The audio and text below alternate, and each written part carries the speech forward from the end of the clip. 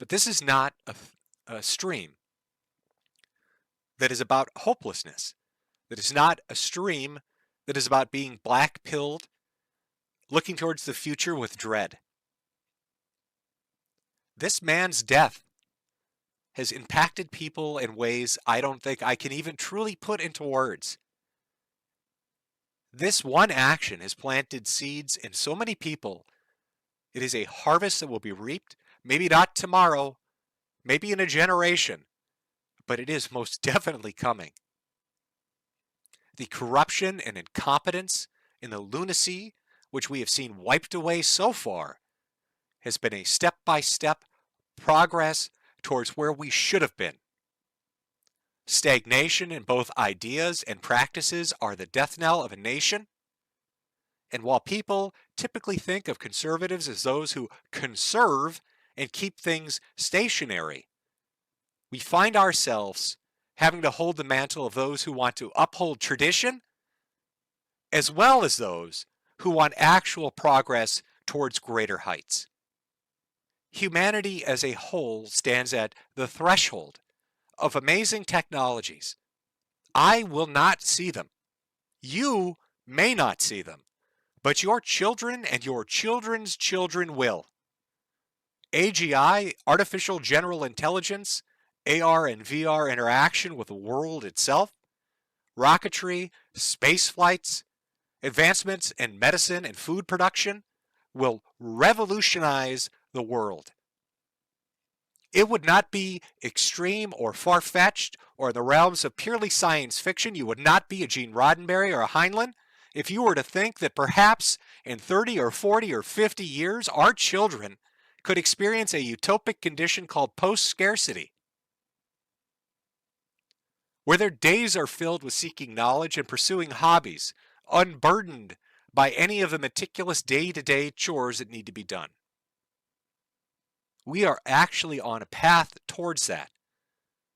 But walking hand in hand with that science and that progress and a better and brighter tomorrow must be a reasoned people, must be people that govern themselves by fair rules, not equity, equality, where meritocracy is something that reigns, where ideas can be raised and disputed at the same time. There's an organization on college campuses. You might have heard of it, you might not have. It's called FIRE, which is the Foundation for Individual Rights in Education. And the little guy that runs it's a little like old-fashioned, picture in your mind, old-fashioned, old New Yorker Jew. And he would talk about how he'd sit in his apartment in the Bronx and they'd scream out the windows at each other. The Italians making fun of the Greeks making fun of the Jews, everybody shitting on the Irish. And of course, that's how they grew up. And he talks about what it was like to be a young man going to a college back in the 40s and 50s and that kind of legacy from those two decades, where they felt that the left was suppressed, and how counterculture grew up, and how he was so idealistic that when they took over those institutions, that they would enact true free speech. And he was disheartened to find that when they finally occupied the halls of power, when they were the administrators and the governors, the heads of the corporations, that instead of enacting free speech, they enacted their speech. And they sought to punish anyone else. The counterculture revolutionaries were just as bad as the old shit. We cannot allow that cycle to continue. We have so much ahead of us. You are going to live through an era of it's going to be the high-tech 1950s, 1980s. Every day is going to be a fucking joy. We are threading the needle, doing the goddamn impossible, getting so close to it. This stagnant remnant of a decayed, polluted, perverted ideology is only going to hold us back. You have seen in action the fruits of what it bears. The death of this man who did nothing to deserve it.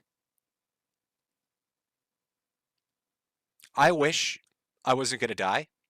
I wish I would get to see this. But I am so grateful that I get to see the beginning of it. that my last bit of life isn't going to be simply looking at the misery around me and knowing that I was right and that it was miserable, but being able to look at the misery around me and know that it will be fixed because of this man's death, because of men and women like him who are honest in what they are and truly seek to change things. So be optimistic and be hopeful. It is bittersweet that to come to this point, he had to be a martyr.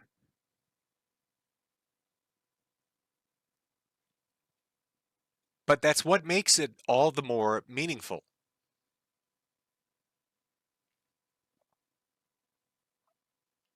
I don't expect going forward to stream very much. My health is not good. Um, I really wouldn't have come back to talk about things if it hadn't been something that actually personally affected me or that I found it be of actual significance. This is one of those things. I don't know how long you've watched me for or what you've listened to that I've created. I've had different phases and different content throughout the years, all sorts of different subjects. But I would hope that in your observation of the things I've created and the things I've talked about, you would come to the conclusion that while not infallible, I'm very good at observing certain behavior patterns. And I am telling you, with the most certainty I have ever had in my life, that America's golden days are truly ahead of it. We've just got to get through a little bit more of the shit until we reach that. And when you get there, when you cross that finish line, when you're holding your children's hand as they look out upon the bounty that the United States of America can provide, remember to say thank you to Charlie Kirk, the American martyr.